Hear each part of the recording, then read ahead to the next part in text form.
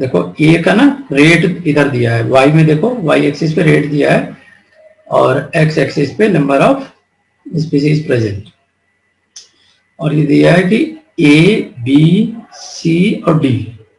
ए किसको रिप्रेजेंट करता है, बी किसको रिप्रेजेंट करता है, सी किसको रिप्रेजेंट करता है और डी। तो पहले तो मीनिंग मालूम होनी चाहिए कि एक्सटिंक्शन का मतलब क्या है। एक्सटिंक्शन मतलब जो गायब होने के कगार पे है, ठीक है, बात समझ गए, जो गायब हो जाएंगे। इमिग्रेशन और इमाइग्रेशन दो वर्ड होता है जो कि मैंने डिस्कस किया था पहले ही, है ना। तो इमिग्रेशन जैसे बर्थ के साथ ऐड करते हैं यानी ऐड होना, और इमाइग्रेशन मतलब मूव करना, ठीक है। तो रेट ऑफ पॉपुलेशन बढ़ने को दिखा रहा है, बात समझ गए, रेट ऑफ पॉपुलेशन को। अपना माइक ओपन कर लो क्योंकि कोई है ही नहीं है। इक्विलिब्रियम नंबर ऑफ स्पीसीज, अब इक्विलिब्रियम कहां पे बन रहा है, और साइज ऑफ स्पीसीज पूल, कहां पे ज्यादा साइज पूरा पूल हो जा रहा है। ये कोई साइंस नहीं है, जनरल टर्मिनोलॉजी, ग्राफ देख के तुम्हें बताना है। ग्राफ सही सारा, अगर तुम्हें मीनिंग पता है तो यू कैन टेल। तो what you can see here, A में घट रहा है, ठीक है, क्लियर है, ए में डाउनवर्ड स्लोप है, करेक्ट। फिर बी में देखो बढ़ रहा है, लगातार बढ़ रहा है ना, रेट बढ़ रहा है।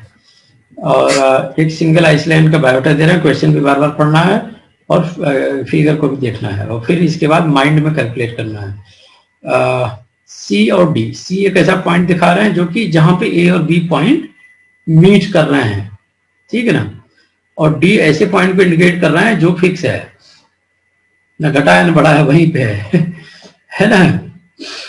तो अब कह रहे हैं कि चलिए, अच्छा आफरीन की ट्रायल हो रही है, ओके।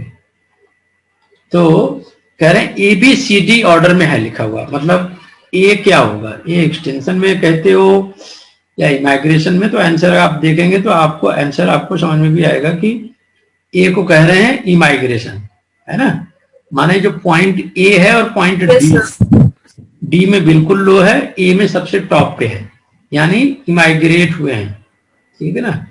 इसके बाद एक्सटेंशन है, कौन सा पॉइंट, बी, बी में model of biota figure terms, ये डाउटफुल हो गया क्योंकि ये जैसे इन्होंने बोला बी को एक्सटेंशन है, एक्सटेंशन तो मैं मान ही नहीं सकता, मैं इसको डी मान सकता हूं, ठीक है ना। क्योंकि अब देखो, अगर इक्विलिब्रियम इसको मानना है तो इसको सी को मान रहे हैं, चलो सी को माना जा सकता है कि इक्विलिब्रियम में है, और डी को कर रहे हैं साइज ऑफ स्पीसीज, हाँ ये भी सही है। तो चलो चूंकि तीन ऑप्शन सही लग रहे हैं तो इसलिए एक जो डाउटफुल है तो उसको भी एक्सेप्ट करना पड़ेगा, क्योंकि साइज ऑफ स्पीसीज पूल क्या है, मैं पेन से बताता हूं तुम्हें ज्यादा क्लियर होगा।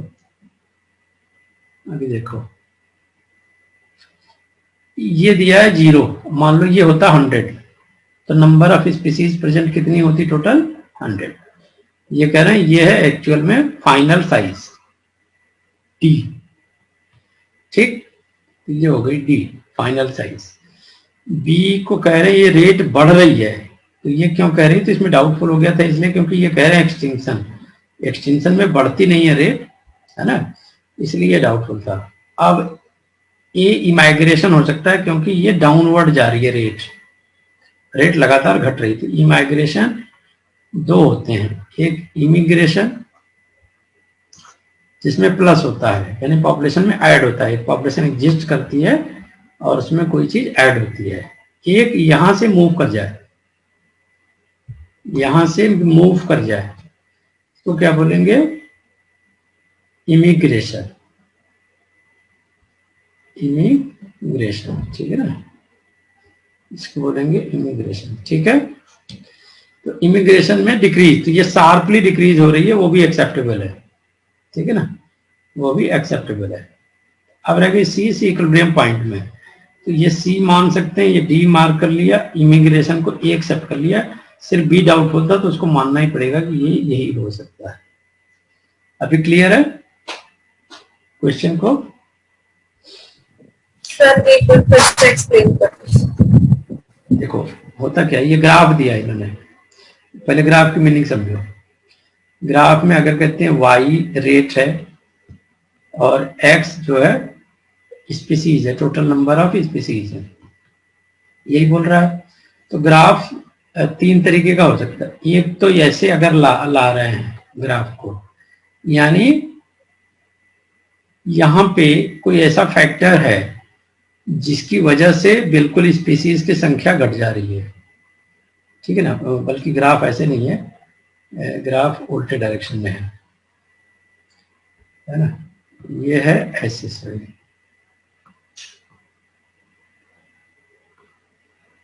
भास्कर भाई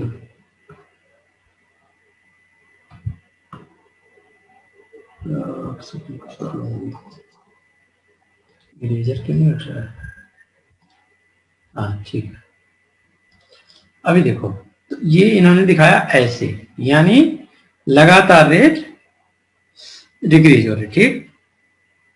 एक ग्राफ तो ऐसे हो गया, एक ग्राफ ये दिखा रहे हैं कि ये ऐसे हो रहा है, यानी रेट बढ़ रही है, ठीक है ना। तो वो मुझे नहीं समझ में आया कि एक्सटेंशन क्यों लिखा है, ये रेट बढ़ने का है, रेट क्या है ना, तो रेट बढ़ रहा है बट स्पीसीज घट रही है। अब एक इन्होंने कहा कि इक्विलिब्रियम कहाँ पे होगा, इक्विलिब्रियम यहाँ पे होगा जहां दोनों पॉइंट मिल रहे हैं, है ना। और इसको बोल रहे हैं कि ये पॉइंट ये है ना। तो ये क्या हो सकता है, ये पॉइंट लास्ट वाला। तो यहाँ पे अगर मान लो 0 मान लें, या वैल्यू दिया नहीं है तो हम मान सकते हैं 0 to 100। तो अगर ये पूछते यहाँ पे कि मैक्सिमम स्पीसीज कितनी है इस ग्राफ से बताओ, तो मैक्सिमम स्पीसीज ये पॉइंट डी होता है,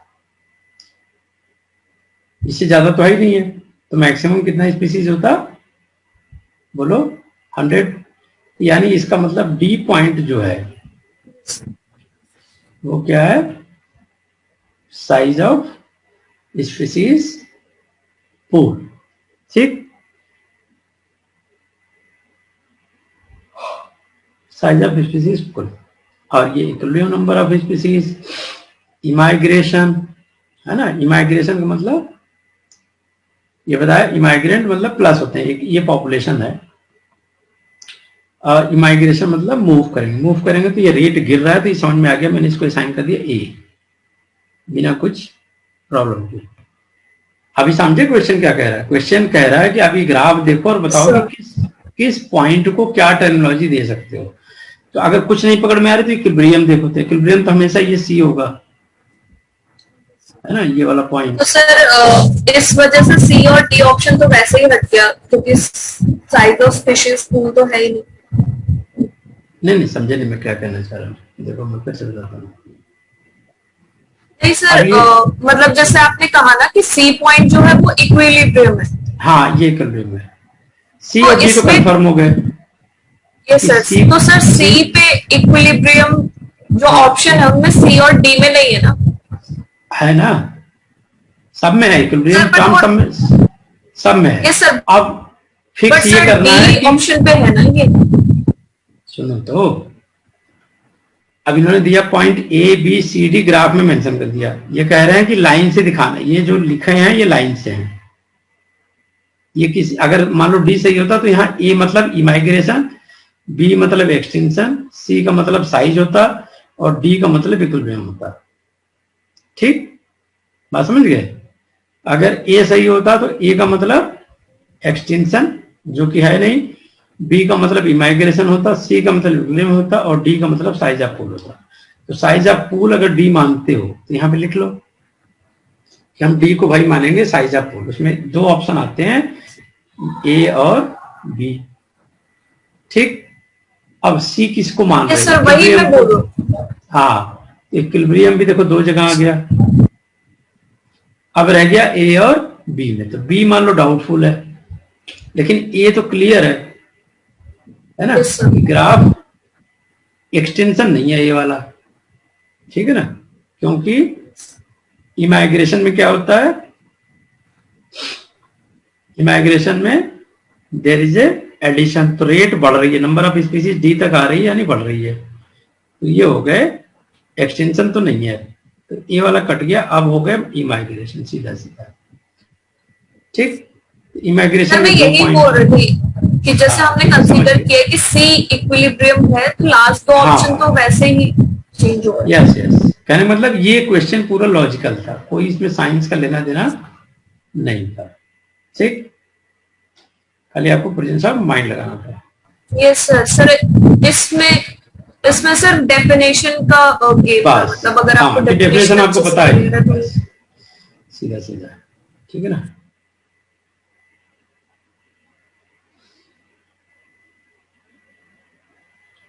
देखो ये सामान्य जानकारी है, जनरल नॉलेज को बोलते हैं। General knowledge in India brown antler deer Sangai is found only in the floating land mass of, ये याद रख लो, लोग टेक ले, है ना। ये जनरल नॉलेज है, तुम्हें याद ही करना पड़ेगा, इसमें कुछ मैथ नहीं है, कुछ समझना नहीं है, ठीक है ना।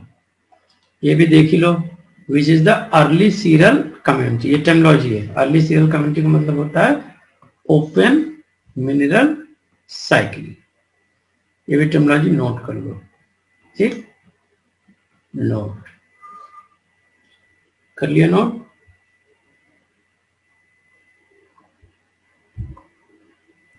Yes sir.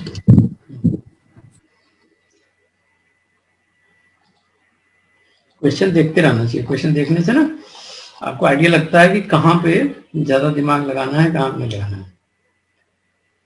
और अब कौन से क्वेश्चन देखा जाए। Which of the following extra देते हैं, which of the following processes interfere in sequence based phylogeny। अभी डेफिनेशन पूछ रहा है कि do you know sequence based phylogeny, what is sequence based phylogeny।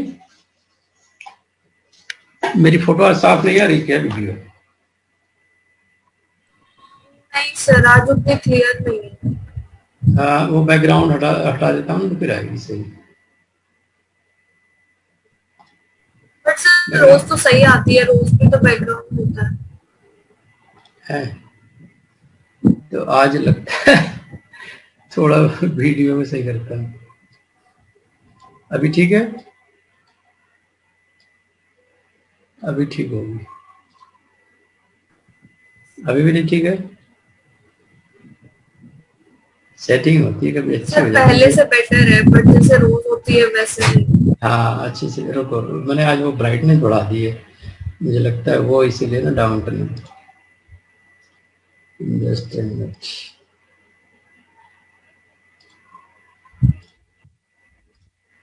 तुम लोगों ने टेस्ट दिया था विपांशी, विपांशी तो बहुत रिक्वेस्ट करती है टेस्ट डाल दो, मैंने देखा एक भी टेस्ट अटेंड नहीं किया क्यों मुझे नहीं पता, ना तो मुझे बताती है कि मैंने टेस्ट नहीं किया।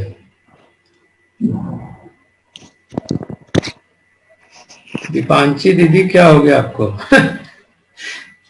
ममता दीदी का असर हो गया।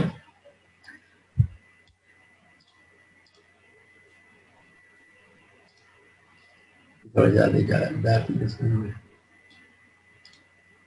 चलो, हाँ ठीक है। दीपांशी कुछ बोलती नहीं है, हाँ अभी ठीक है, ठीक है, अब ठीक है। तो हम क्वेश्चन आंसर कर रहे हैं आज। Which are the following processes interfere in sequence based phylogeny. अब इसमें दिया है ऑप्शन ए, क्यों ऑप्शन ए सही है, why. What is sequence based phylogeny, simple question पूछा होगा कि क्या आपको पता है कि what is this sequence based phylogeny.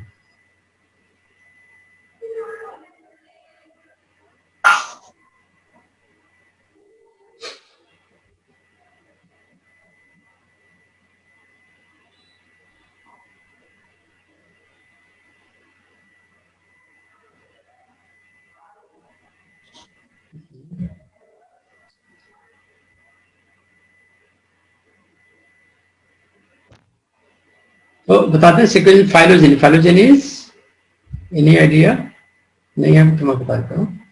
Phylogeny means evolutionary connecting link, है ना। तो वो आपको ट्री डायग्राम दिखाया था एक, याद है, ऐसे ऐसे। फाइलोजेनी मतलब इवोल्यूशनरी ट्री डायग्राम। तो when you are going to match the sequence,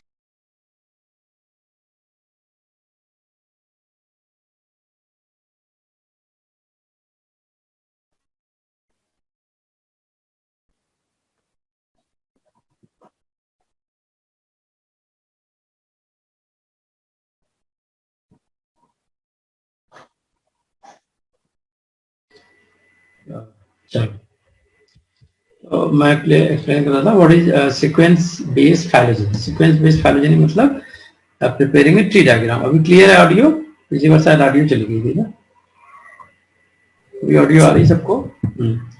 तो फाइलोजेनी ट्री जब बनाते हैं तो ऐसे बनाते हैं, है ना, नोड इंटरनोड होते हैं and then they are the branches. तो स्पीसीज ए स्पीसीज बी सबका हम क्या कर लेते हैं, सिक्वेंसिंग कर लेते हैं। HTGC GATC, है ना, ऐसे हो गया, ठीक, ये हो गया ना। अब कह रहे हैं कि what which are the following processes interfere in sequence based phylogeny. कौन सा प्रोसेस इंटरफियर करता है? तो देखो, अब आपको पता है डीएनए रिपेयर ये भी इंटरफियर कर सकता है, लेकिन ये नहीं करेगा। क्यों? रीजन बताओ। क्योंकि टेम्पलेट डीएनए है ना, उसी की तो रिपेयरिंग हो रही है, तो ये चलेगा। एडॉप्टिव म्यूटेशन, एडॉप्टिव म्यूटेशन के बाद जो सीक्वेंस आएगा वही टेम्पलेट बनेगा, राइट। रिवर्स ट्रांसक्रिप्शन का नहीं पता है और हॉरिजॉन्टल जीन ट्रांसफर का नहीं पता है। What is horizontal gene transfer? Bacteria to bacteria, है ना, जो ट्रांसफर होते हैं that is called as the horizontal gene transfer, ठीक। तो what is the horizontal gene transfer? Means bacteria bacteria. तो यहाँ पे आपको कोई रूट नहीं पता चलेगा, क्योंकि कहाँ से आया बैक्टीरिया ना, कहाँ पे चला गया, इसने इसको ट्रांसफर किया, इसने इसको ट्रांसफर किया, फिर इसने किसको ट्रांसफर किया, मिलियन टाइम ये हो रहा है। तो this is very difficult to root out. एक तो ये 100% पॉसिबिलिटी इसकी लग रही है, और रिवर्स ट्रांसक्रिप्शन क्या है? तो जहां पे डीएनए होगा वहां पे रिवर्स ट्रांसक्रिप्शन के चांसेस तो बिल्कुल है ही नहीं है, क्योंकि सीक्वेंसिंग हम किसकी करते हैं? डीएनए की। और सारे ऑर्गेनिज्म में क्या न्यूक्लिक एसिड सीक्वेंस है? वो है मोस्टली डीएनए। तो अब आपको क्लियर समझ में आ गया कि why this option correct, A is correct, because they are asking the negative questions, है ना, which are the following interfere, help नहीं, interfere in sequence based phylogeny. I think this is clear, ये clear है?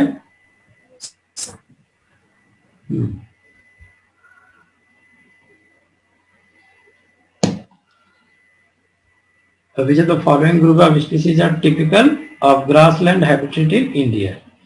India में कौन सा grassland habitat होता है? इसका ऑप्शन दिया है ए। इनका जानवरों का नाम लिख लो और याद कर डालो, ठीक है ना, इसमें कोई लॉजिक नहीं है। ग्रासलैंड में कौन कौन सी स्पीसीज पाई जाती है? ब्लैक बक, उल्फ, है ना, ग्रेट इंडियन बस्टर्ड, लेसर फ्लोरिकान। ये आपको देखने को भी सुनने को भी नहीं मिलेगा, लेकिन दिया है तो ऑप्शन नोट कर लो। एक मैंने नोट्स डाला था, तुम लोग को मिल गया था, पढ़ा था किसी ने? इकोलॉजी का कॉन्सेप्ट। यस सर, मैंने देखा था, मतलब पूरा कंप्लीट तो नहीं किया। हाँ, ये वाला हैंड रिटन नोट्स ये पढ़ लिया था।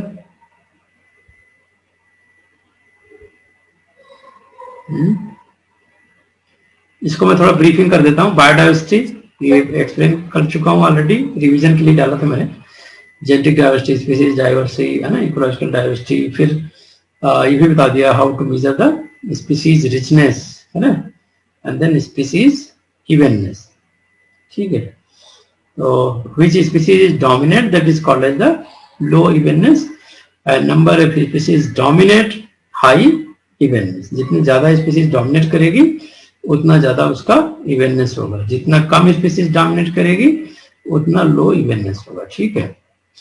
इसका मेथड काउंटिंग में क्या है? That is alpha diversity, beta diversity and gamma diversity. तो ये नहीं पूछा जाता जो एग्जांपल दिया हुआ है, इसमें कैलकुलेशन पूछा जाता है, तो कैलकुलेशन अभी मुझे खुद ही क्लियर नहीं है, तो I will tell you later on, क्योंकि इसमें मैं देख रहा था स्टैट्स है और इक्वेशन आया भी है कि how to calculate the alpha diversity beta diversity, ये पूरा स्टैट्स है, तो मैं इसको अभी समझ रहा हूँ, फिर मैं इसको क्लियर कर दूंगा।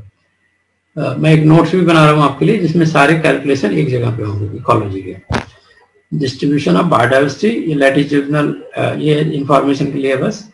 How to trophic have a high biodiversity, वो मैंने आपको पहले ही बता दिया था, है ना, कि जहाँ पे ज्यादा लाइट होगी, जहाँ पे ज्यादा वाटर होगा, they will have hyper productivity.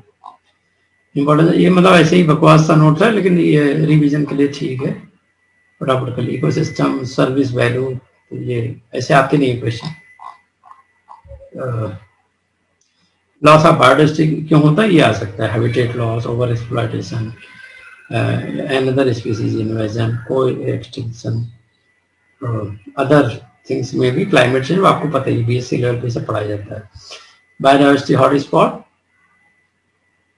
Biodiversity hotspot पे काफी क्वेश्चन आते हैं, तो ये थोड़ा इंपॉर्टेंट है। हॉटस्पॉट क्या होते हैं, what is the hotspot, what do you mean by the term hotspot? Unique area in the ecological system, है ना, जहां पे की कोशिश किया जाता है कि यहाँ पे प्रिजर्वेशन करें हम, ठीक है ना। एक तो नेचुरल होगा, आर्टिफिशियल होगा, तो नेचुरल जो हॉटस्पॉट होंगे वो वहां पे होगा जहाँ सर्वाइवल के चांसेस ज्यादा है, that is called the ecological unique hotspot.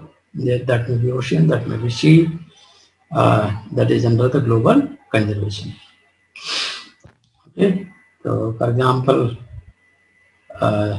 total such hotspots are 76 in the world.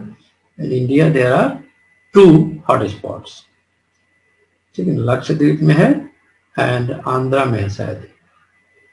Okay, IUCN पे क्वेश्चन आता है, what is the red data book? This is a kind of classification of plant की based on कि उनकी क्या chances हैं extinction के, गायब कब हो जाएंगे धरती से, right.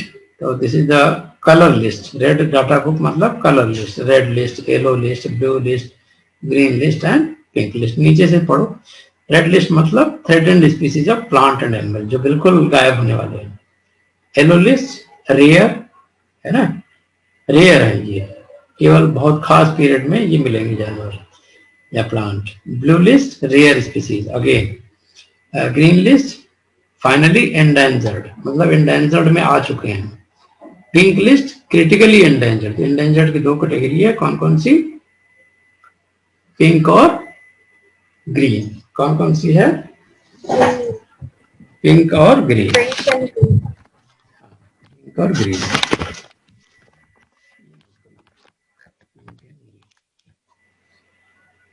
Pink and green, and another one is blue rare species, yellow list, red list.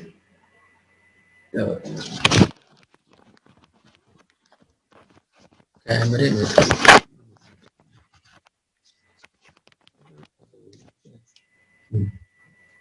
अभी सेट हो रहा, चलो। तो इंपॉर्टेंस हेल्प्स इन प्रियॉरिटाइजिंग, है ना, इसकी प्रियॉरिटी लेवल पे किसको रखना। तो ये जनरल नॉलेज का ही है, थोड़ा सा इसको देख सकते हो, फटाफट फटाफट देखा करो जो भी चीज थी इसकी इंपॉर्टेंट। देखो एक साइंटिस्ट का क्या फीचर होता है, जल्दी जल्दी आप डेटा देखो और एनालाइज करो, क्योंकि दुनिया में बहुत सारे डेटा आते रहेंगे, टाइम कम होता है सबके पास ही, है ना। आपको क्या करना है, डेटा देखना है एंड देन स्टार्ट एनालाइजिंग, ठीक है, और खत्म करो। जैसे 14 पेज का है, तो हमने देखो कितने जल्दी 5 मिनट में क्या क्या इंपॉर्टेंट, जो समझ लेगी उसको पकड़ना है, जो नहीं समझ लेगी उसको बाहर में जाए। अभी सब हम कोई इंपॉर्टेंट नहीं है, अभी दिखा भी देते हैं क्यों इंपॉर्टेंट नहीं है, बिकॉज ये सब पे क्वेश्चन आते नहीं है, कभी आते थे, आज नहीं आते हैं। आज की डेट में ये सब जनरल नॉलेज के क्वेश्चन कभी कभी आ जाते हैं, जैसे national park, newest national park, great Himalaya, biggest national park एमएस जम्मू कश्मीर में है, first national park, Jim Corbett, है ना, टोटल 104। तो जल्दी जल्दी देख लिया। ऐसे कैटेगरी में समझ में आए तो पढ़ो, नहीं तो बुक फाड़ दिया। ऐसे करके पढ़ाई करनी है जल्दी जल्दी, ठीक है। ओके, तो चलो, उसमें ज्यादा इंपॉर्टेंट नहीं था, बट क्वेश्चन हमारा प्रायोरिटी है। तो ये नोट कर लिया था, black buck, wolf, great Indian bustard, lesser florican, note कर लिया था। आई थिंक नोट कर लिया था,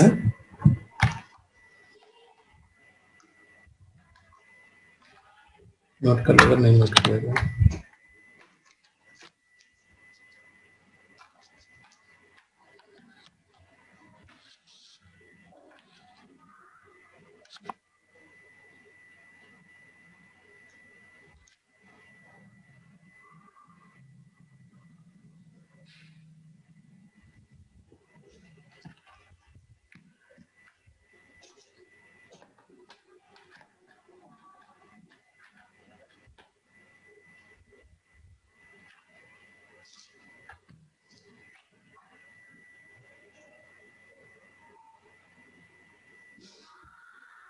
दूसरा क्वेश्चन है, एटमॉस्फेयर में sealed space craft contain. Sealed space craft होता है, उसमें कौन सी गैस होती है? प्योर ऑक्सीजन होती है, ऑक्सीजन CO2 होती है, ऑक्सीजन नाइट्रोजन होती है, या प्रेशराइज एटमॉस्फेरिक एयर होती है?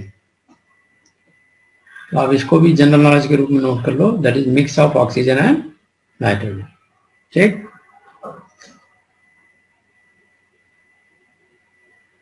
And next question is, Dipanchi, are you getting the questions? Questions समझ आ रहे बेटे?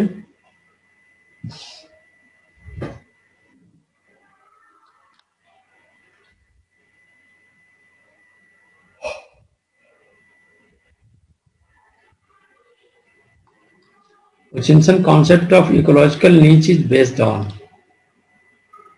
Okay. जो हचिंसन कॉन्सेप्ट था इकोलॉजिकल नीड्स का, वो किस चीज पे बेस्ड था?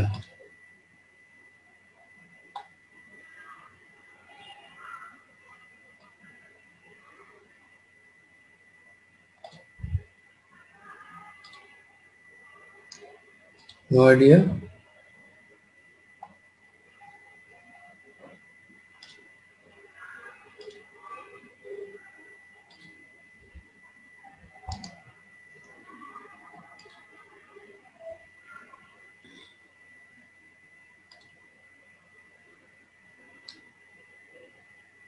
That is multi-dimensional hypervolume. Ecological niche में ये तुम्हें समझ नहीं आएगा, मल्टी डायमेंशनल हाइपरवॉल्यूम।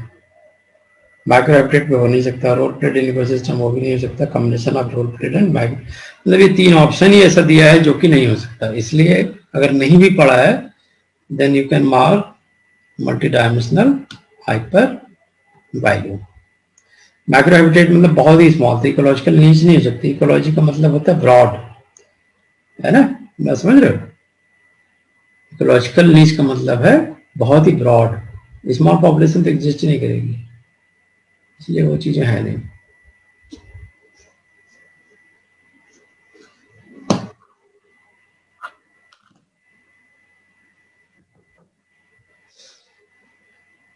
ठीक है, और देखो एक नया वर्ड आया, ए स्पेशलिस्ट नीच स्पीसीज।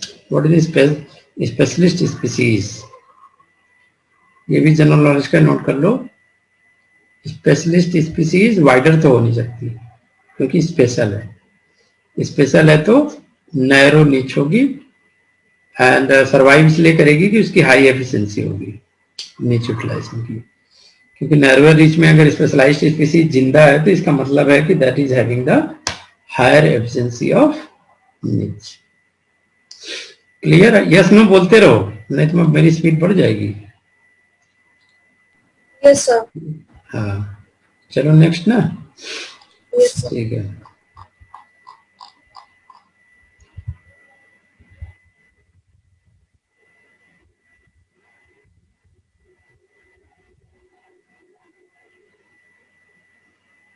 मैं वही कोशिश कर रहा हूँ क्वेश्चन को जो कि हमने थोड़ा पढ़ाई करिए ताकि समझ में आए।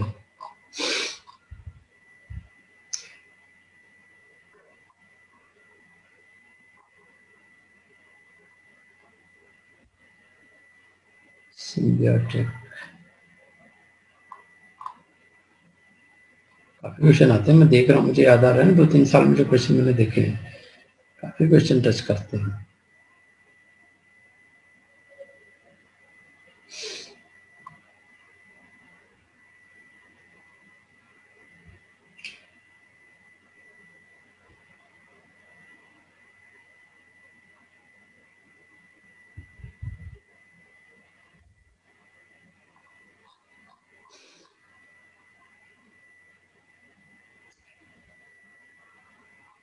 टैक्सोनॉमी से बहुत क्वेश्चन है, टैक्सोनॉमी को बहुत ही ब्रॉड लेवल में लेना पड़ेगा। मैंने टैक्सोनॉमी का कल चलो क्लास लेंगे थोड़ा सा।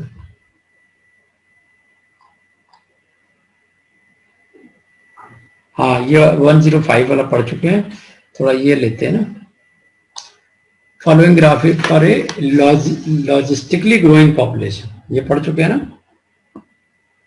ये लॉजिस्टिक पॉपुलेशन ग्रो करती है। And T plotted on the x axis, what is the parameter plot, y पे क्या होगा लॉजिस्टिक में फार्मूला क्या होगा, सीधे सीधे वो पूछ रहे हैं। तो लॉजिस्टिक का फार्मूला याद है, शायद मैंने बताया था, अगर मुझे सही याद है तो।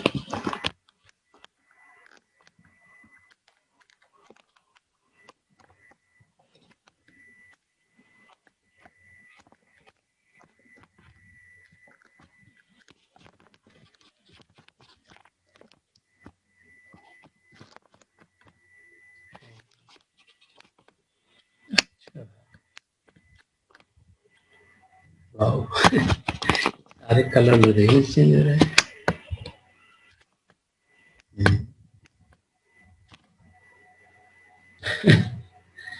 सिस्टम है यहाँ क्या होता है।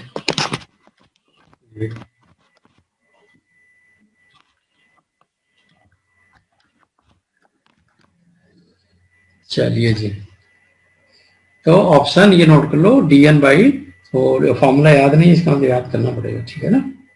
फॉर्मूले की लिस्ट दी हुई है, लिख के याद करिए लॉजिस्टिक का क्या है और उसका क्या है, क्योंकि वो इस तरह के क्वेश्चन आएगा।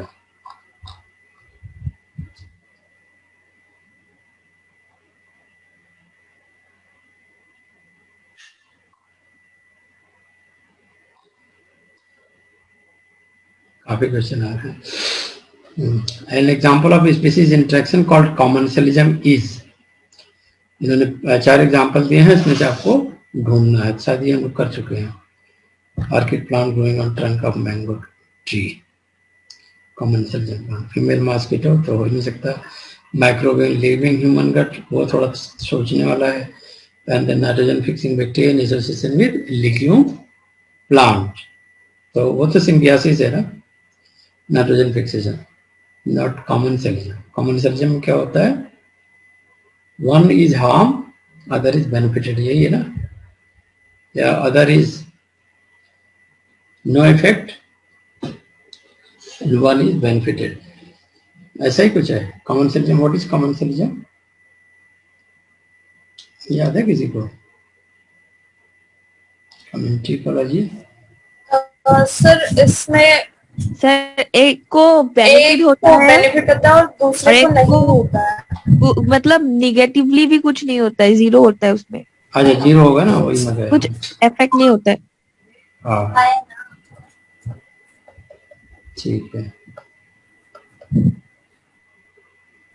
याद करते रहना, क्योंकि ये सारी चीजें भूल जाते हैं वो जल्दी जल्दी, क्वेश्चन आएंगे। फॉर्मूला सिम्पसन इंडेक्स का मैं देख रहा था, सैनन इंडेक्स एक होता है, पता है सैनन इंडेक्स, अभी मैंने कराया नहीं है, उससे भी क्वेश्चन आ रहे हैं सर हाँ, इसका क्वेश्चन आता है सर। इकोलॉजी से अब ना जो दे रहे हैं वो न्यूमेरिकल टाइप का दे रहे हैं।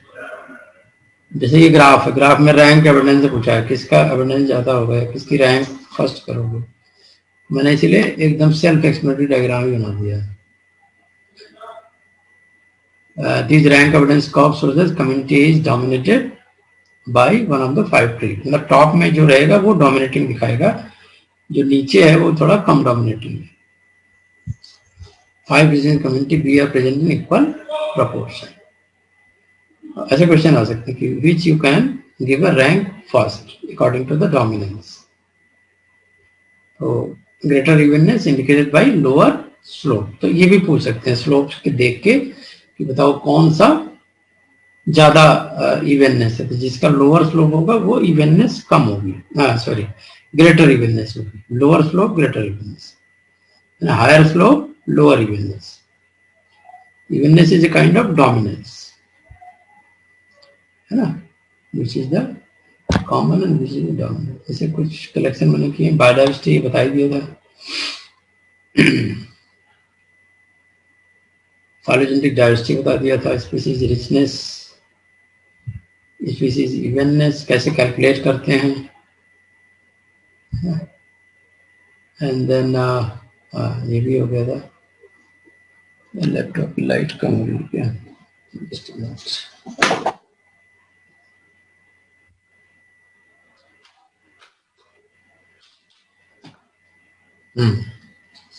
अभी ठीक है। आज मुझे जो पढ़ाना था वो दिखा देते हैं। क्या पढ़ाना था? हाँ, alpha beta diversity, beta diversity and gamma diversity. पहले डेफिनेशन याद कर लो अच्छे से। Alpha diversity means local diversity, right. Beta diversity, what you can say, beta and gamma थोड़ा स्पेसिफिक है। Alpha is a kind of local diversity, broad diversity को gamma को, gamma then beta then alpha. Alpha is a kind of very small local diversity, uniform habitat, mix नहीं होगा। Beta diversity में क्या है कि थोड़ी स्पीसीज की मिक्सिंग हो रही है ना, तो that is called as the habitat diversity, that's why. Gamma diversity, number of species observe in all the habitat, सारे के सारे स्पीसीज को ले रहे हैं, that is called as the regional diversity. एक रीजनल हो गया, एक लोकल हो गया, बीच में क्या है, in between the regional and local. ठीक है, तो बायोडाइवर्सिटी में ये तुम्हें याद ही नहीं हो डाटा। एक एग्जांपल मिल गया, example of species diversity fungi. Fungi में बहुत सारी डाइवर्सिटी है, राइट, बहुत सारी डाइवर्सिटी है। Diversity mean the diverse. What is the biodiversity hotspot? This is a specific geographical region, और हॉटस्पॉट का मतलब that is under the threat, that is under the threat from the human being. तो इसके कुछ area हैं, उसको note करना पड़ेगा, कुछ प्लांट्स के नाम है वो नोट करना पड़ेगा। जैसे for example 1500 species of vascular plant are endemic, but most 70% of this plant has been lost. ठीक है, तो इंडिया में आपको बताया था, जो नोट्स दिया है इसमें 2 ही है, लेकिन अभी अपडेटेड डाटा है, that is having the 4 hotspot in India, 34 biodiversity world wide है। तो डेटा का थोड़ा सा वेरिएशन है कि पुरानी बुक से पढ़ोगे तो उसमें थोड़ा डेटा पुराना मिलेगा, गलत कोई भी नहीं है, लेकिन अब जो भी क्वेश्चन आएंगे वो तो अपडेटेड आएंगे, ये चीज ध्यान रखना पड़ेगा। ठीक है, किस बुक से पढ़ रहे हो, पुराने नोट्स ज्यादा नहीं पढ़ना, पुराने बुक से ज्यादा नहीं पढ़ना। मतलब ये ध्यान रखो कि old is not gold in the knowledge, old is very bad in the knowledge, क्योंकि डाटा चेंज होता रहता है। So this is the biodiversity hotspot of India, जो कि आपने वहां पे नहीं देखा था नोट्स में। तो नोट्स मुझे कहीं से मिला था, तो मुझे लगा मैं अपलोड कर देता हूँ, शायद रिवीजन के लिए अच्छा होगा, but now I will remove it, क्योंकि मुझे नहीं अच्छा लग रहा है। तो biodiversity hotspot of India, western Ghat and Sri Lanka note कर लो। कौन सा? Western Ghat, western India and Sri Lanka. दूसरा eastern Himalaya, Bhutan, north eastern India, south, southern, central and eastern Nepal.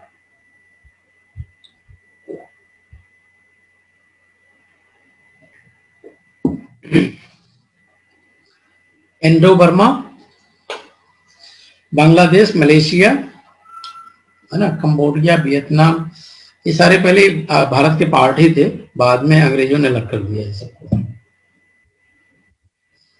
That's why Indo Burma पूरा लिखा हुआ है। पहले बहुत इंडिया का पार्ट ही था, इंडिया बहुत बड़ा था, अफगानिस्तान तक था इंडिया। इंडिया के सारे कंट्री थे, म्यांमार, ये छोटे छोटे श्रीलंका, सब इंडिया का पार्ट थे। रीजन ने बड़ा नुकसान किया। Sundaland, Thailand, Malaysia, Singapore, Brunei and Indonesia. India is represented by the Nicobar island. ठीक है, तो सुंदरलैंड इसको बोलते हैं. इसमें स्पेलिंग थोड़ी मिस्टेक है, सुंदरलैंड बोलते हैं इसको, है ना.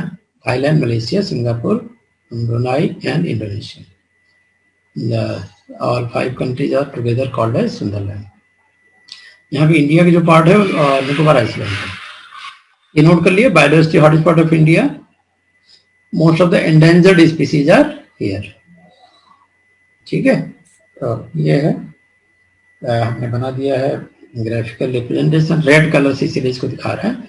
ये हॉटस्पॉट है, काफी इन्वेजन हॉटस्पॉट, जहाँ पे ह्यूमन ने डिस्ट्रॉय किया है जानबूझ के लिविंग ऑर्गेनिज्म को. तो कंपोनेंट ऑफ डाइवर्सिटी में 3 चीज बताई है. डेफिनेशन हमेशा याद रखना. Ecosystem biodiversity, species biodiversity, genetic biodiversity, ना. Diversity within a region, species biodiversity, diversity within different species, genetic biodiversity, genetic variation, diversity within a species. तो इसीलिए वो क्वेश्चन वहां पे था कि कौन सा फीचर है जो कि जेनेटिक डाइवर्सिटी को रिफ्लेक्ट नहीं करता है.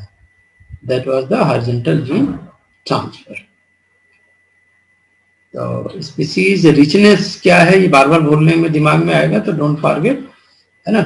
स्पीसीज डाइवर्सिटी में क्लासिफिकेशन है, दैट इज स्पीसीज रिचनेस और species evenness. Evenness is also called as abundance. ठीक है ना. तो स्पीसीज रिचनेस मतलब total number of species. Definition याद रहेगी तो never you can do the wrong answer, है ना. कभी भी आपका आंसर गलत नहीं होगा. तो total number of species, species richness. Abundance मतलब डिफरेंट स्पीसीज का क्या है comparative data, right. Relative abundance, relative abundance, जैसे बैक्टीरिया प्रोटिस्ट प्लांट है तो बैक्टीरिया 5 है, प्रोटिस्ट 6 है, प्लांट 10 है, तो रिलेटिव अबंडेंस क्या होगा, रिलेटिव नंबर ऑफ स्पीसीज क्या होगी.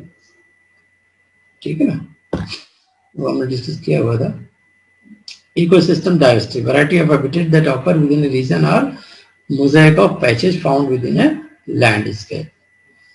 तो some alternative way to categorize ecosystem diversity, 3 type. ये इंपॉर्टेंट है थोड़ा. Community diversity, habitat diversity and landscape diversity. इसलिए कहते हैं इकोलॉजी ना पढ़ के समझने की चीज है. यू कैन प्रेडिक्ट कि which kind of question will ask, but आपको समझ आएगी तो you can trial and hit error से बिल्कुल सही आंसर लगेगा. Measuring biodiversity there are 3 types, alpha, beta and gamma. Ecosystem diversity, community, habitat and landscape. Now this question has been asked. इसी की मैं बात कर रहा था कि जैसे ये 3 स्पीसीज दिया हुआ है, साइट ए 7 स्पीसीज. देखो डायग्राम, आप अपनी तरफ से जूम कर सकते हो. आपको पता है जूम में ये फैसिलिटी है. If you are not able to see any picture clearly तो you can zoom it out. Clear Archika? Yes sir. देखो इसमें साइट ए में 7 स्पीसीज है. 7, 1 2 3 4 5 6 7. ठीक है, 7 काउंट कर लिया. साइड बीम देखो, ये तुम्हें देखना है डिनोशन, है ना. ट्रायंगल है, कौन सर्किल है, कौन स्टार है, वो देखना है. तो रिलेटिव फिर वो कैलकुलेट करेंगे. तो देखो इसमें कितने हैं, 5. इस साइड सी में कितने हैं, 1 2 3 4 5 7. ठीक, ये तो इंडिविजुअल हो गया. अब पूछेंगे ए टू बी, बी टू सी. ऐसा हमने क्वेश्चन भी किया था लास्ट टाइम, याद है. A versus B, alpha diversity का ही क्वेश्चन था जो हमने देखा था. What is A versus B में कितने स्पीसीज हैं, बोलो. तो ये beta diversity, sorry alpha diversity में beta diversity part. Let us understand what is beta diversity. This refer to relative, है ना, degree to which species composition changes along an environmental gradient. Beta diversity is high, for example, if the species composition of mass communities changes at successively higher elevation on a mountain slope, but is low of if the some species occupy the whole mountain side. तो beta diversity कब high होगी, अगर कोई species लगातार change हो रही, successively change हो रही है. मान लो माउंटेन है, वहां पे कोई स्पीसीज नहीं थी, लेकिन फिर इन्वेजन हुआ तो फिर वो धीरे धीरे आने शुरू हुई तो उनकी संख्या भी बढ़ेगी. ठीक है ना. तो लेकिन ये की संख्या बढ़ेगी, दूसरे की घटेगी। जैसे मॉस कम्युनिटी आई तो उसका काफी बढ़ गया पॉपुलेशन, बट दूसरे की घट गई। But is low if the same species occupy the whole mountain side. Sometime उल्टा भी होता है कि जो इधर एक साइड में डोमिनेट कर रही है, दूसरे साइड में हो सकता है उसकी संख्या घट जाए। तो beta diversity overall, what is the beta diversity means क्या एक्सप्रेशन है सेम स्पीसीज का, एक में ज्यादा है एक में कम है। What is the relative expression of diversity between habitat. Habitat change हुआ, हिमालय का एक था दूसरा टेम्परेचर रेनफॉल और सारा था, दूसरे साइड में हिमालय की दूसरी चीज थी। तो इसलिए कहीं मास ज्यादा फ्लरिश कर रहा है, कहीं पे बिल्कुल कम कर रहा है। तो in the example below the greatest beta diversity is observe between site A and C. A and C ये क्वेश्चन याद है आपको, पिछली बार वो पूछा भी था कि कौन सी स्पीसीज यहाँ पे कॉमन है दोनों में। तो टोटल यहाँ पे 7 है और सी में कितने थे, यहाँ भी 7 थे ना, लेकिन ए और सी में 10 हो गए। कैसे?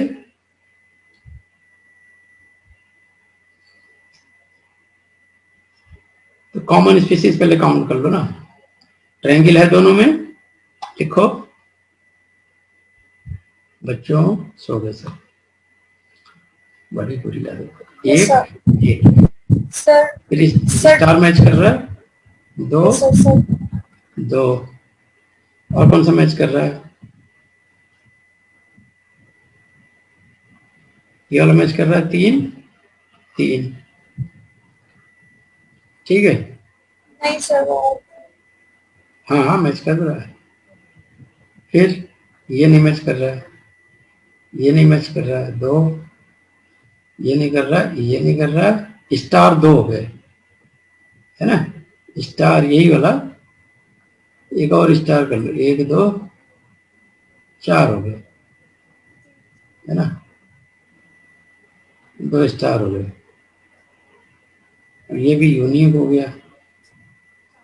कितने एक्सक्लूड हो रहे हैं? 1 2 3 4 5 6 7 7 तो एक्सक्लूड हो रहे हैं। टोटल कितने बन रहे थे? 7 यहाँ पे थे, यहाँ पे टोटल 10 स्पीसीज कैसे आ गए? That differ between them only 2 species in common. ये ध्यान देना पड़ेगा, हम लोगों ने गलत काउंटिंग कर ली है। ठीक है ना? केवल 2 स्पीसीज कॉमन है ए एंड सी में, एक तो ये और मुझे लगता है एक स्टार, बस, है ना? केवल ये जो कॉमन है। जो सी वाले में जो ग्रीन स्टार है उसका कलर अलग हो गया ना, तो मे भी शायद वो मतलब कुछ और बन रहा है। नहीं कलर तो देखो, इकोलॉजी 1 1 है, ठीक है? हैबिटेट 1, हैबिटेट 2, हैबिटेट 3, ठीक। अब जैसे मास का एग्जांपल दिया, हिमालय के इस साइड में वही मास बहुत तेजी से ग्रो कर रहा था, हिमालय के अदर साइड में कम ग्रो कर रहा था। तो चलो हैबिटेट 1 2 3 कह रहे हैं कि यहाँ पे 7 है, यहाँ पे 7 है, यहाँ पे कितना है? 5 है। तो बोल रहे हैं कि सबसे ज्यादा ग्रेटेस्ट बायोडाइवर्सिटी कहाँ पे है? तो ये कह रहे हैं कि जो 2 कॉमन है उनको भूल जाओ। ये 2 कॉमन थे, स्टार और ट्रायंगल, इसको काटना है, बाकी सबको गिनना है। जो कॉमन है उसको काट दो। अब कितना बचा यहाँ पे? 1 2 3 4 बचा। यहाँ कितने बचे? 1 2 3 4 5, एक कहीं गड़बड़ हो गया। अच्छा, एक स्टार ब्लू वाला हम लोग ने कवर कर दिया ना, ये यहाँ हो गया 5 और यहाँ हो गया 5, इसलिए हो गई टोटल 10। सर क्योंकि जो कॉमन है वो ब्लू वाला स्टार है ना दोनों में, ग्रीन वाला नहीं है। हाँ, इसीलिए गलत हो गया था ना। ये कॉमन है, ये काटना है, ये ट्रायंगल काटना है। ये बाकी सबको काउंट करके बता देना है कि वो टोटल बीटा डाइवर्सिटी कितनी हुई। ठीक है? ए वर्सेस सी सबसे ज्यादा है। ये क्वेश्चन आया हुआ है CSIR में, मैंने शायद पिछली बार कराया था, तो हम लोगों ने होल्ड पे रख दिया था उस क्वेश्चन को। ए और बी में 8 स्पीसीज कैसे हुई बताओ? ये कर लो, उतना ही आंसर तो दिया ही हुआ है, बस आपको काउंट करना है इसमें। तो जो कॉमन है उसको काट देना है। कॉमन कौन कौन सा? ट्रायंगल वाला, है ना? और कौन सा काटना है? ये वाला काटना है। बाकी तो कोई मैच ही नहीं कर रहा है। येलो स्टार वाला सर, हाँ सर अच्छा, एक और वाला। ये रेड सर वाला। रेड स्टार, रेड कलर का। हाँ हाँ, काट दिया इसको, काट दिया। 3 हो गए ना अभी, 3 कॉमन हो गए, काट दिया। कितना बचा? 1 2 3 4, 4 इधर बचा और इधर 2 बचा, 6। लेकिन यहाँ तो 8 स्पीसीज आ रही है। सर ऐसे करो। ट्रायंगल का कलर सेम नहीं है ना, आपने काट दिया। हाँ हाँ, बिल्कुल उसको काटना नहीं चाहिए। काटना ट्रायंगल बिल्कुल का सेम कलर कलर सेम का नहीं होगा। ये कटेगा स्टार, हाँ, ये कटेगा और और सर ये येलो। कटेगा, बस, और कोई नहीं बस। कटेगा। तो 1 2 3 4 5 6 7, देखो एकदम करेक्ट मैच कर गया। अभी हम लोग की प्रैक्टिस अच्छी हो गई है ना। We can calculate now beta diversity. B और सी में 4 स्पीसीज कैसे है? ये तो अच्छा मिल गया हमको। अच्छी प्रैक्टिस हो गई। देख देख के आंसर भी दिया और डायग्राम भी दिया। डायग्राम ऐसे एग्जाम में आएगा, आपको कैलकुलेट करना पड़ेगा। ये डायग्रामेटिक वाला बहुत ही जबरदस्त है ना? सर बी और सी में एक तो ट्रायंगल मैच कर रहा है, हाँ चलो ये काट दो। और सर फिर ग्रीन वाला स्टार भी। हाँ, अब तो कोई मैच नहीं कर रहा। और क्या एंड कर सर रहा ये है? प्लस, प्लस जो भी प्लस का सर। साइन है, प्लस सर, जो पिंक कलर का है। हाँ हाँ हाँ, ये दिखाई नहीं दे रहा था मुझे। अब कितना बचा? 1 2 3 4, 4 तो इधर बच गए और इधर बचा 2, 6 होना चाहिए था बी और सी में। 5 6। हाँ सर, सारी बचा। 6 सर होना। बी और सी में तो 4 स्पीशीज दिया हुआ ना। हाँ, कहाँ गलती हो गई? लेकिन 6 बनते हैं, 4 है ना? 4 बनता नहीं है, 4 नहीं बन रहा है। सर ये जो रेड वाला ए और बी में कॉमन था, इसमें कहीं ये भी तो नहीं काट दिया? नहीं, बी वर्सेस सी खाली पूछ रहा है। 4 कॉमन को एक्सक्लूड कर देना है, बाकी जो अनकॉमन है उन्हीं को काउंट करना है। नई स्पीसीज आ गई ना, तो नई स्पीसीज में 1 2 3 और 4, और यहाँ पे आई 2। ये 4 गलत ही लिखा होगा, अब देखना पड़ेगा मुझे। ये 6 होना चाहिए। तब भी तो आंसर अगर पूछेगा कौन सा ग्रेटेस्ट है, तो A and C is the greatest, क्योंकि 10 is greater than 8 greater than 6। Answer गलत नहीं होगा आपका। चल, एक तो बहुत अच्छी चीज सीख ली आपने, है ना? यस। आफरीन का नेट पैक खत्म हो गया आज। टिकटॉक देखते देखते उसका गामा डायवर्सिटी टेस्ट देखते हैं। चलो, व्हाट इज गामा डायवर्सिटी? पहले तो ये समझते हैं कि इसकी टेक्नोलॉजी क्या है, देन वी कैन सॉल्व, क्योंकि ऐसे समझ नहीं आएगी। This applies to larger geographical scale, बड़े एरिया को कवर करना है, ऑल द हैबिटेट्स, है ना? Rate at which additional species are encountered, geographical replacement with the habitat type in different localities, ठीक है ना? तो the gamma diversity is species turnover rate with distance between site of similar habitat or the expanding geographical area. So what is actual gamma diversity? Landscape diversity, a diversity of habitat within a landscape or region. In this example, gamma diversity is 3 habitat with 12 species total diversity, ठीक है ना? Gamma diversity of 3 habitat with 12 species. With 12 species, हाँ total ही species ले लेना है। लेकिन total अगर count करें तो कितनी स्पीसीज हो रही है? साइट ए में नोट करो 7 है, यहाँ पे 5, यहाँ पे 7। Gamma diversity of 3 habitat with 12 species. Sir शायद इन्होंने जो कॉमन स्पीशीज हाँ। है उन्हें 1 काउंट किया है। कॉमन हाँ, स्पीसीज को 1 ही काउंट करना चाहिए। हाँ चलो ठीक है, Yes, कर सर। लेते हैं। सर तो अभी ये 12 हो सकता है। ये काट दो, हाँ। ये 1 हो गए, हाँ ठीक। अगर ये तुम्हारी थ्योरी सही है तो इसको भी काट दो, है ना? तो 2 हो गए, ये स्टार 3, ये 4, ये 5, फिर 6, फिर 7, 8, 9, 10 तक तो लोग पहुंच के 12 कह रहा है। टोटल 12 स्पीसीज है इसमें। सर है तो 12 ही है। कैसे? सर ये जो ट्रायंगल आपने लिए है ये तो सर हम 2 लेंगे ना, क्योंकि सर इनका 2 कलर डिफरेंस है। सर चलो 2 एक, पर्पल हाँ है।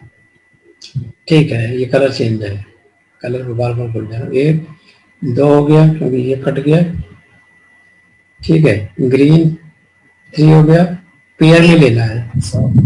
फिर स्टार पेयर में 4 हो गया, ये ग्रीन स्टार 5 हो गया, ये स्टार 6, ये 7, ये 8, बाकी जो बचा गिन लो, 9 10 11 11 12 11 तक पहुंच गए। सर एक ये भी तो रह गया ना, ये जामरू वाला रह गया, 12 सर 12 सर नहीं सर 12 हो गए। अभी समझ आ गया, तुमको भी समझ आ गया होगा अच्छे से, ठीक है, क्लियर।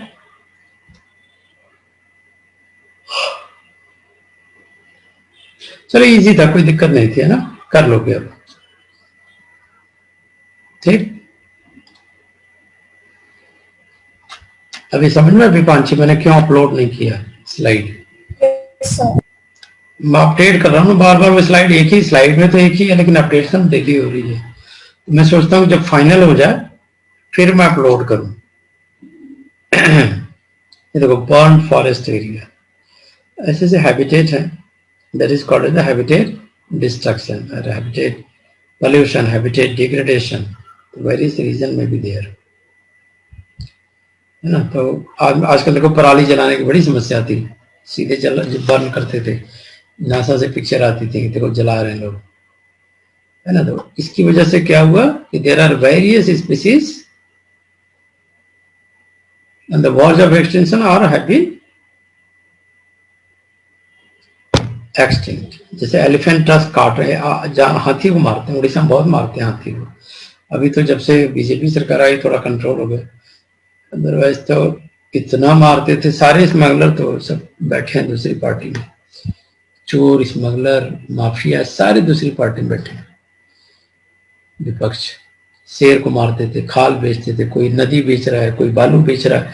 उत्तराखंड का जो आया था केदारनाथ जो डूब गया था, उसका रीजन पता था क्या था?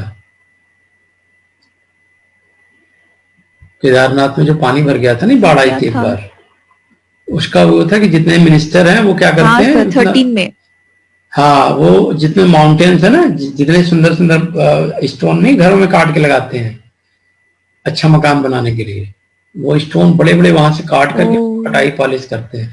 तो अब जो मिनिस्ट्री में आने के लिए इसीलिए फाइट होती है ना, जब ये सब फ्री में मिल जाता है, काटो खूब जबरदस्त काटो।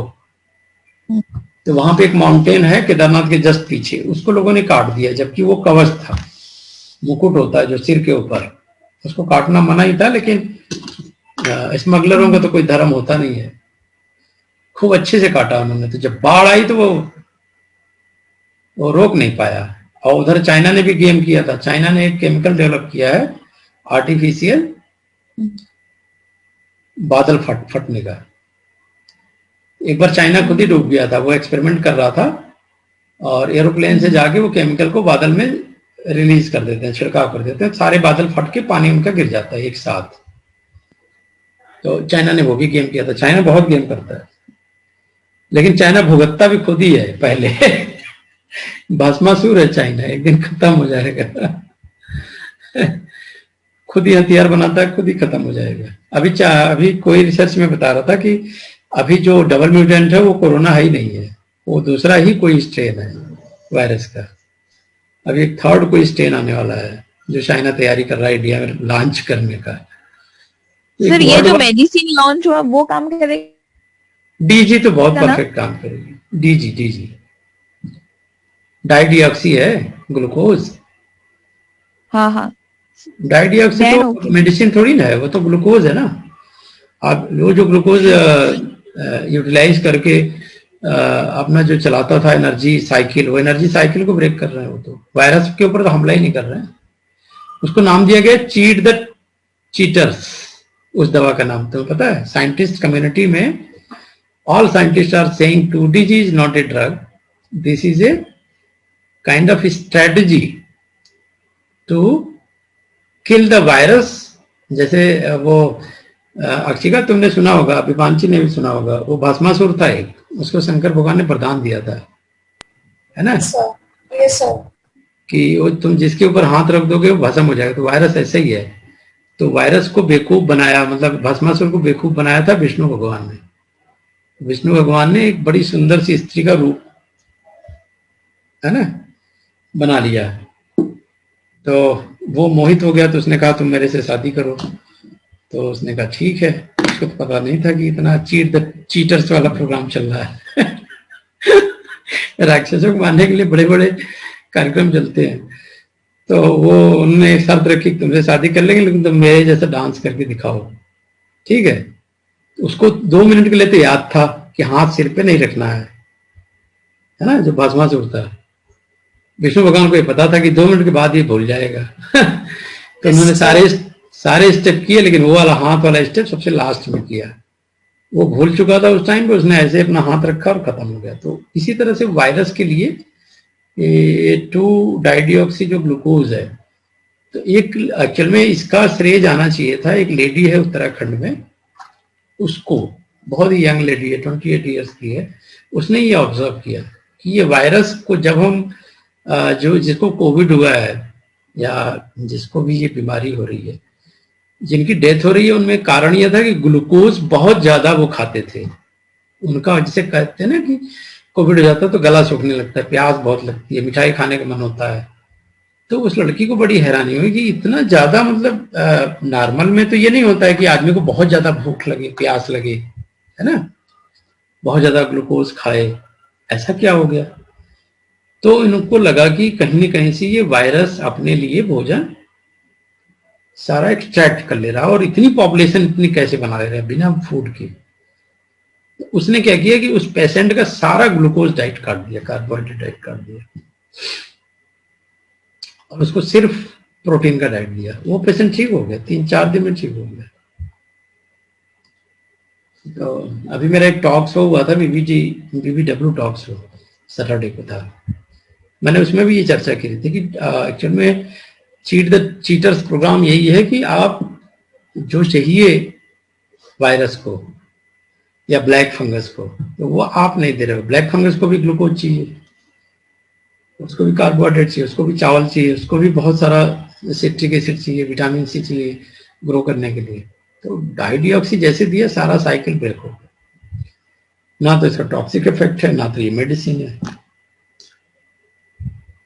अब अगर 2DG ज्यादा दिन लोगे तो प्रॉब्लम होगी, तो उसके बदले में आपको क्या लेना पड़ेगा, प्रोटीन की डाइट।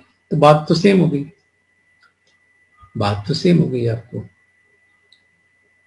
है ना। तो there are 2 type of biodiversity conservation, ex situ and in situ. In situ मतलब नेचुरल हैबिटेट, एक्स सिटू मतलब maintenance and breeding of endangered species outside their original habitat. जैसे लायन को ले आके यूपी में रख रहे हैं, मध्य प्रदेश से ले आके, कई जगह से ले आके, क्योंकि माफियाओं का आतंक इतना ज्यादा है कि वहां पे प्रिजर्व करना बहुत ही मुश्किल है। एक समय मध्य प्रदेश में होता था, फिर उड़ीसा में नक्सली क्या करते हैं, यही करते हैं, उनका जंगल राज चलता है। और that is a problem. Introduction of exotic species disease, animal health and captivity are also more prone to high level of disease. Over exploitation, increased use of natural resources, shifting or zoom cultivation. Rural people destroy biological community and hunt endangered species because they are poor and have no land of their own, है ना। वो endangered species को ही मारने में लगे रहते हैं, आदिवासी नक्सली इसको बोलते हैं, है ना। तो अब की स्टोन स्पीसीज की बात कर रहे हैं। जैसे टाइगर, ये लार्ज प्रेडेटर, जगुआर इसको बोलते हैं, जगुआर, है ना। जगुआर किसी स्पीसीज का की स्टोन होता है, because this species is going to decide the flourishness of other species. दूसरी स्पीसीज तभी फ्लरिश होगी जब ये रहेगा, तो इसके हिसाब से सारी हैबिटेट मिल जाएगी, क्योंकि ये जिसको चाहेगा बचाएगा, जिसको चाहेगा डिस्ट्रॉय कर देगा। तो species with low biomass but large effect community structure are the keystone species. तो जैसे ये फिशेस, बड़ी मछली जो होती है, तो छोटी मछली खा जाएगी, जिसको नहीं खाएगी वो बचा रहेगा। तो की स्टोन कौन हुआ? जो बड़ी मछली है ना। इनकी संख्या कम हो सकती है, species with low biomass but large effect on community structure are the keystone species. तो keystone species are those whose influence on a community is disproportionate to their biomass। ठीक है। dominant species are one that have significant influence on community structure or virtue of high biomass। जैसे and agriculture keystone predator for pest control. Pest control के लिए जैसे fire ant है, fire ant that is the Solenopsis geminata, इसको काफी use करते हैं। That is the natural enemy of various pest, है ना।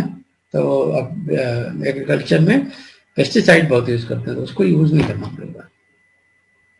This is biodiversity conservation. In situ, in Situ बहुत अच्छा क्लासिफिकेशन है ये, इसका रख लेना प्रिंट आउट निकाल के।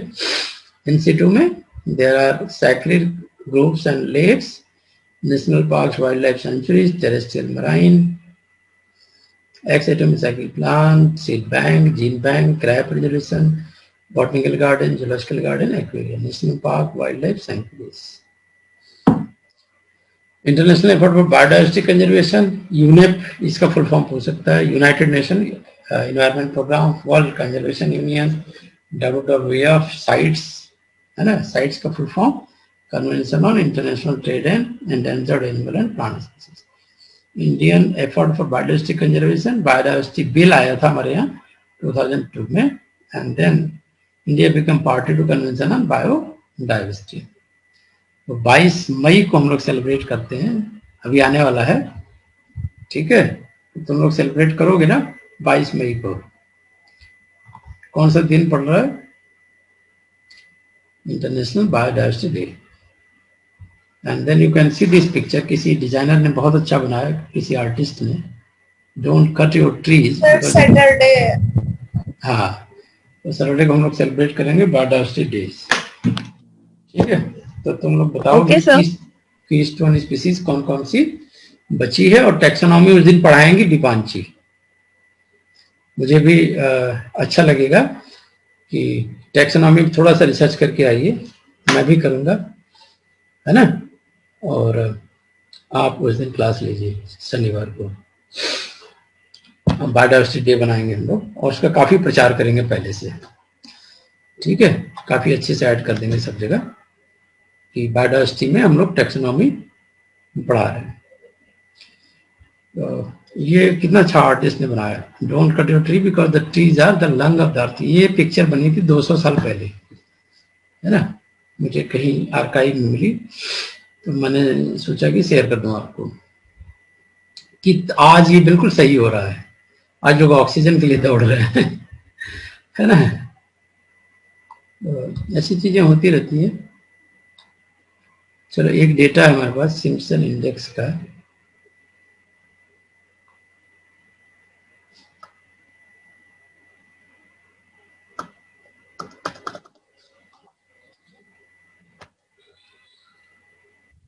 स्पीसीज एबंडेंस डाइवर्सिटी का ये चीजें फॉर्मूला जरूर याद रखना। H is the diversity index, PI proportion of I species, log natural log, number of species in community, और एक डेटा है ये 0 to 1 में ये इसका नंबर पूछ सकता है। सिम्पसन, इसको बोलते हैं Simpson index scale level of diversity. 0 में इनफाइनाइट डाइवर्सिटी, 1 में नो डाइवर्सिटी, ये चीजें याद रख लेना। बाकी हाई डाइवर्सिटी कब होगा? व्हेन 0.1 to 0.1 में तो एक्सट्रीमली हाई है, 0.2 वेरी हाई, 0.3 हाई डाइवर्सिटी। तो ऐसे वैल्यू देके देखा ना आज की कि which type of diversity is this, है ना। या ग्राफ दे सकते हैं, कुछ भी दे सकते हैं, पॉइंट का ध्यान रखना। Endemic species, whose habitat is restricted to particular area of an endangered, है ना, of an endangered endemic species, इनसे endangered, ठीक है ना. Two type of endemic species, paleoendemic and neo-endemic. Exotic species क्या होती हैं, जो कि हमारे इंडिया में जैसे नहीं है, हम बाहर से ले आके ग्रो करा रहे हैं, right, that is called as the exotic species. Cosmopolitan मतलब they can be observe in the extant and the extant species, हर जगह मिलेगा आपको. This is common to whole world, ठीक है. Factor affecting species diversity, speciation is the evolutionary process, allopatric and biological population of same species isolated from each other, है ना, interfere with genetic interchange. And then देखो large population, isolated population, ठीक, time के साथ they become distinct species. Parapatric, relation between organisms whose range do not significantly overlap but are immediately adjacent to each other. They only occur together in a narrow contact zone.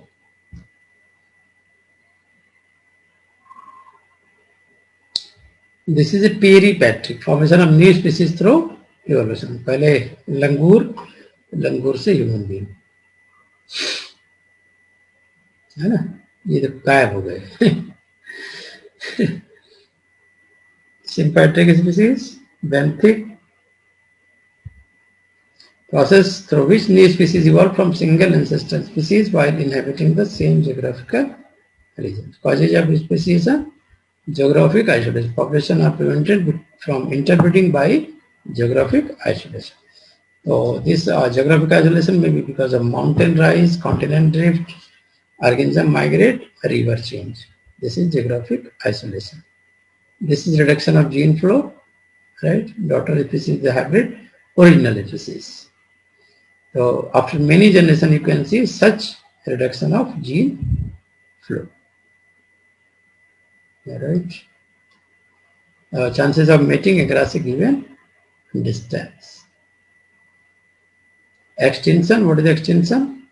Profit लेने के लिए over exploitation, reduction of species. So such a low evidence that although it is still present in the community but no longer interact significantly with other species, है ना. जैसे मैंने केदारनाथ का उदाहरण दिया, सबसे अच्छा है कि पहाड़ तो है, अभी भी है, बट वो केदारनाथ कभी भी डूब सकता है, क्योंकि जो रिसर्च कमेटी थी, जब कमेटी बैठाई जाती है, कोई घटना होती है, तो उसको ये पता लगा कि ज्यादातर माउंटेन जो रोकते थे बाढ़ को हर साल, उसको मिनिस्टर और माफियाओं के साठगांठ से उसको काट दिया गया. तो taking for profit, hunting, trapping, over harvesting, सबका एग्जाम्पल याद रखना. Introduce species, destruction of habitat, pollution. This is the Philippine eagle and spotted Visayan deer. I think ये गायब होने वाले हैं, एक्सटिंक्ट हो चुके हैं. Migration क्या है? Is the moving of individual of a species from one place to another. Immigration, the migration such as settling in one region permanently of individual coming from another region. ये इसीलिए plus है. Immigration, अच्छा मैंने शायद उल्टा बता दिया था. I से जो स्टार्ट होगा वो प्लस होगा, इमिग्रेशन वाला माइनस होगा, ठीक है ना. ई वाला माइनस होगा. Exit of individual. Invasive species क्या है? Is an organism that causes ecological or economic harm in new environment where it is not native. ठीक है ना. तो invasive species का habitat modification, आपने कुछ चेंज कर दिया, जहाँ पे शेर जैसे है वो रहना चाहता है, आपने कुछ ऐसा कर दिया कि उसको पसंद ही नहीं आ रहा है, वो रहेगा ही नहीं. कुछ पैथोजन ला दीजिए या कोई इन्फेक्शन हो गया. आजकल देखो कोरोना सारे जू में फैल रहा है, जितने भी जू चिड़ियाघर हैं सब में कोरोना फैल गया. काफी जानवरों को कोरोना होने लगा. तो वायरस के बेचारे शिकार हो रहे हैं, तो बेचारे मर रहे हैं, उनकी तो प्रॉब्लम है. ह्यूमन को तो चलो समझ में आता है, ऑक्सीजन लगा दोगे, क्या कर दोगे. कोई जानवर मर रहे हैं, कोई रिपोर्ट भी नहीं कर रहा है. प्रेडेटर प्रेडेटर तो नक्सली, जंगली। जीन्स, अगर मान लो ट्रांसजेनिक स्पीसीज कोई ले आया, आपकी नेचुरल जो स्पीसीज है वो गायब हो सकती है, नेचुरल हीट गायब हो सकती है, जैसे कि मॉन्सेंटो ने किया था। कॉटन की वो हाइब्रिड वैरायटी ले आए और अपने यहाँ की जो कॉटन की अच्छी वैरायटी थी वो गायब हो गई। That is called the alien invasive species, है ना, वो इंट्रोड्यूस नहीं करना चाहिए। हाइब्रिडाइजेशन, इसीलिए देखो किसान काफी विरोध करते हैं ना, हाइब्रिड स्पीसीज मत ले आओ, हमें नहीं चाहिए। स्पीसीज कितने तरह की हो सकती है? एक तो ये खतरनाक वाली है, alien invasive species, that can change the species diversity, richness, composition, abundance. At the species level, direct effect of alien invasive species occur through processes such as predation, competition, pathogens, है ना,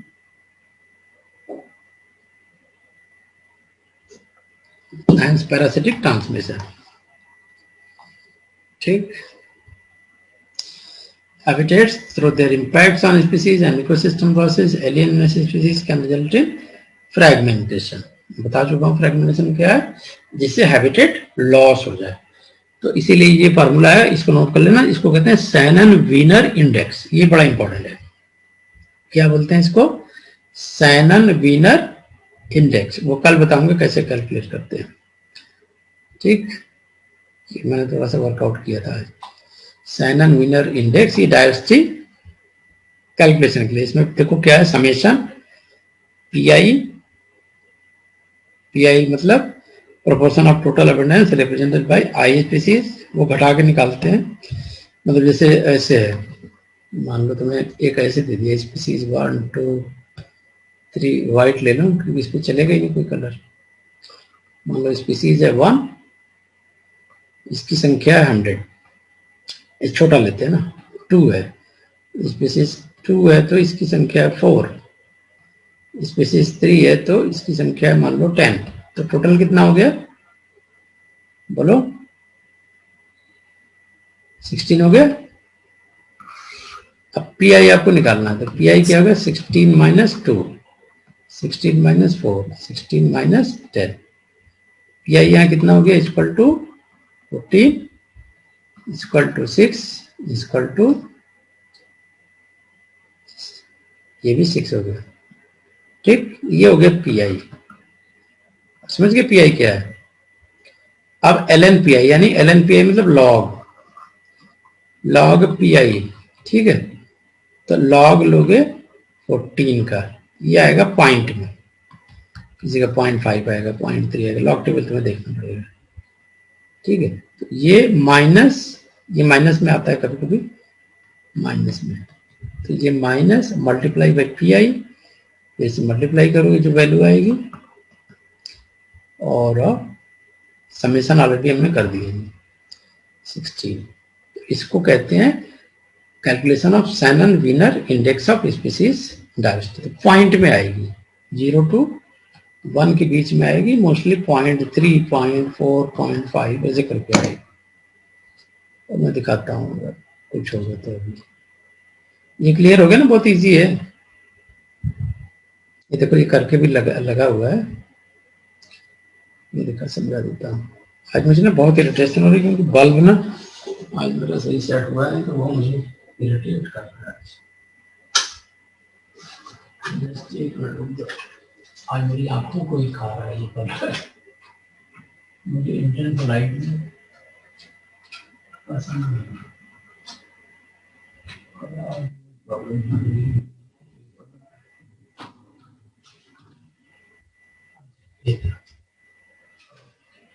एक से बच्चों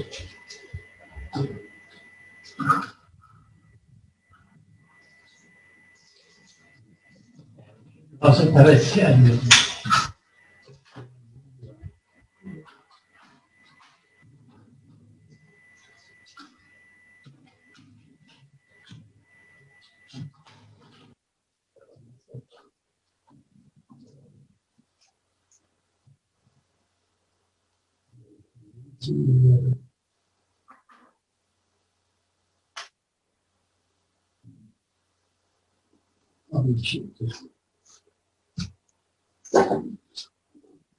हाँ, आज अभी ठीक हो गया है।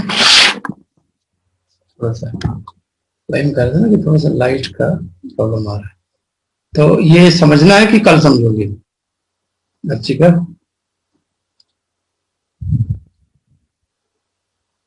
खत्म कर देते हैं ना, क्योंकि तो कुछ नया टॉपिक स्टार्ट होगा, है ना। जैसे वही मैं समझा रहा था वही वैसे ही है, स्पीसीज आपको दिया जाएगा, उसका नंबर दिया जाएगा, ठीक है ना। तो आपको 25 आ गए, 25 की प्रोपोर्शन निकाल रहे हैं। 21 ये सारा डेसिमल में आ रहा है, पीआई प्रोपोर्शन, फिर उसका लॉग ले रहे हैं, फिर मल्टीप्लाई कर रहे हैं, मल्टीप्लाई करके ये पूरा फॉर्मूला जैसे था वैसे अरेंज करते हैं। मैं दिखाता हूँ, ये नंबर स्पीसीज का 21, ये सारा जोड़ के 25 बन गया। फिर उन्होंने प्रोपोर्शन निकाला है, कैसे निकाला है वो मुझे देखना पड़ेगा, यहाँ थोड़ा डिफरेंट आ रहा है। 25 को 25 में तो 1 आ रहा है, ठीक है, और ये 1/25, अच्छा हाँ, ये डिवाइड कर दिया मैंने, माइनस कर दिया था ना, ये डिवाइड किया है, ये डिवाइड किया है, ठीक, हाँ डिवाइड कर दिया। तो P I is the proportion, ठीक, लॉग ले लिया सबका तो निगेटिव आ गया। अब इसको क्या करना है, इससे मल्टीप्लाई करना है, 0.84 0.174, ये सारा मल्टीप्लाई करना है, तो ये आ गया टोटल अलग अलग। अब इनको टोटल जोड़ लेना है, ठीक है। तो टोटल जोड़ने के बाद आपका जो लास्ट वाला आ रहा है वो आपको उठा लेना है, 0.662, है ना। तो ये कम्युनिटी ए के लिए हो गया आपका एच। फिर कम्युनिटी बी के लिए क्या हुआ, तो लास्ट में क्या आ रहा है, ये टोटल करने पे, ये टोटल करने पे, ये टोटल किया है, ठीक है। ये हो गई कम्युनिटी बी के लिए। तो कम्युनिटी ए के लिए माइनस 0.66, लेकिन चूंकि माइनस यहाँ पे है तो ये प्लस हो जाएगा। इसी तरह से यहाँ पे क्या आ रहा है, 1.6 आ रही है वैल्यू। तो कौन सा डाइवर्सिटी अच्छी है, तो जहां पे ये वैल्यू ज्यादा आएगी वहीं पे कहोगे कि डाइवर्सिटी अच्छी है, ठीक है। ऐसे सिंपल सिंपल एग्जांपल आपको एग्जाम मिलेंगे, बट जिसको पता रहेगा वो जल्दी से कर लेगा, है ना, जिसको नहीं पता है वो घूमता रहेगा। तो जानना बहुत जरूरी है। अभी चूंकि 1 महीना ही मेरे पास टाइम बचा है, we will try to cover as much as possible. चलो अभी खत्म है आज की स्लाइड, थोड़ा सा ही रह गया। हाँ ये देखो ग्राफ से ये पता चल गया ना, इसका 1.6 आया था बी का, ठीक है, कम्युनिटी ए का ऊपर है, ठीक है ना। तो ग्रेटर इवेननेस किस में आया, बी में आया, ठीक। इसको rank abundance diversity Shannon index से आप निकाल सकते हो। तो कम्युनिटी का कम है, that is means A is dominate, पहले ही बता दिया था मैंने। रैंक एबंडेंस कैलकुलेट करेंगे शैनन इंडेक्स से। तो कम्युनिटी इज डोमिनेंट जिसकी वैल्यू पॉइंट में है, और जो 1 से एबव आ रहा है या 1 के क्लोज में है उनकी रिचनेस ज्यादा होगी बट डोमिनेंस कम होगी। तो आई थिंक इतना बहुत है आज के लिए, है ना। तो आज हमने 2 इंपॉर्टेंट चीजें सीखी, एक तो कैलकुलेशन स्पीसीज डाइवर्सिटी की सीखी, और दूसरा alpha beta diversity and Shannon index, आज 2 चीजें सीखी। तो ये हम आपको अपलोड भी कर देंगे। एक हाइपोथेसिस आई है अभी रिसेंटली, डिस्टर्बेंस हाइपोथेसिस। तो वो ये कहते हैं कि जितना ज्यादा डिस्टर्बेंस होगा, वो ऑब्वियसली है, डिस्टर्बेंस जितना ज्यादा होगा तो नंबर ऑफ स्पीसीज जो घटती जाएगी टाइम के साथ। तो यहाँ पे देखो डिस्टर्बेंस ग्रेडियंट दिया हुआ है, हाई डिस्टर्बेंस पूरी स्पीसीज गायब हो गई, इंटरमीडिएट थोड़ी सी बची है, लो है तो फ्लरिश होगी आराम से। तो कोरोना ने क्या किया, हाई डिस्टर्बेंस किया पब्लिक को, लेकिन कम बायोडाइवर्सिटी बच गई, ठीक है ना। तो ये देखो इस तरह के आंसर भी आ रहे हैं कैलकुलेशन के लिए सीधा सीधा। तो कैलकुलेशन वाला थोड़ा सा पार्ट अभी कल करेंगे, आज नहीं करेंगे, ये ऑलरेडी हमने किया हुआ था, और सिम्पसन इंडेक्स का भी कर लिया था, ये हाँ ये सारा हो गया था,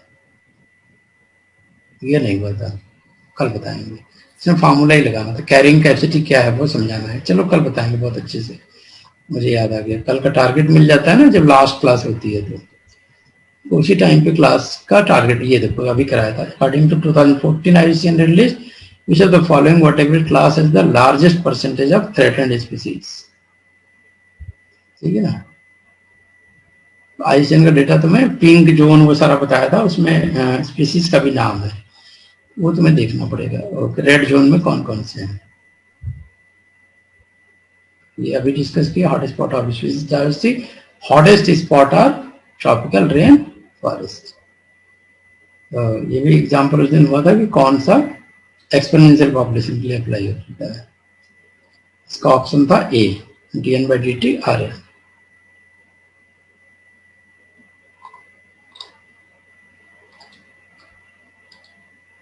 अच्छा, हाँ ये वाला दिन कवर तो किया था,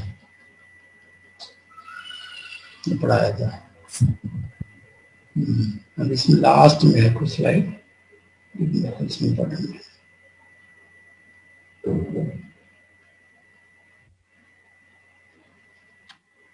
एक सेकंड रुक जाओ।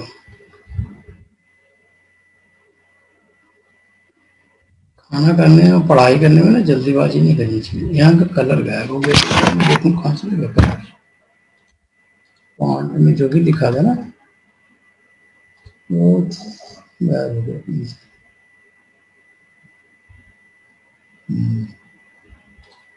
यहाँ से कंट्रोल हो रहा है।